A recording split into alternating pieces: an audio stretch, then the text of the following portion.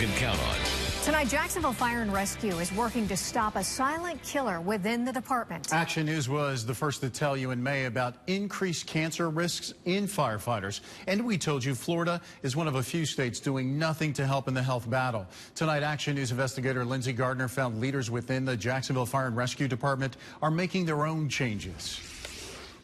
As I've reported, other cities in Florida have hard data to show just how many firefighters are battling cancer. But Florida's largest city does not. Tonight, JFRD tells me that's changing in part thanks to our reports. My whole family was firefighters, and everybody's dying of cancer. That ought to be one of the clues. Randy Wise is a third-generation Jacksonville firefighter, and he fears he will be a third-generation job-related death.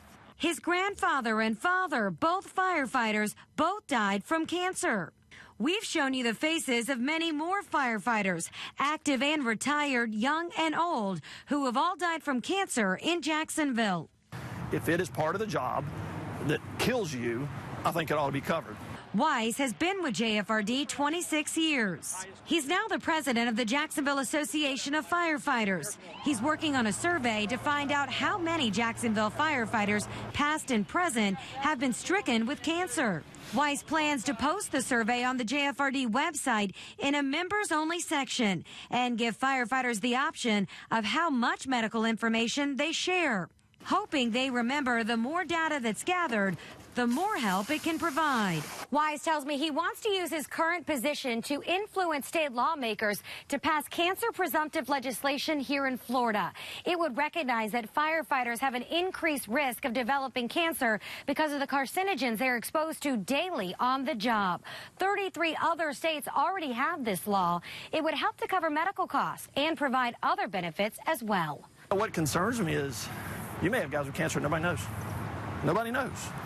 They're quiet, they're just, dealing with it in their own way. And, there's a network out here that we can help them. Resources like the Firefighter Cancer Support Network in Florida. They've already been collecting cancer data that's staggering. 2,000 Miami-Dade firefighters examined, 32% stricken with cancer. 1,500 firefighters in Palm Beach County studied, 53% diagnosed with cancer. And soon we could know what price Jacksonville's firefighters have paid. The state of Washington has been keeping track of how many of their firefighters have been diagnosed with cancer for more than a decade. A new survey out just last month found those numbers are, quote, skyrocketing. Reporting on the South Side, Lindsay Gardner, CBS 47 Action News. State health administrators are warning of an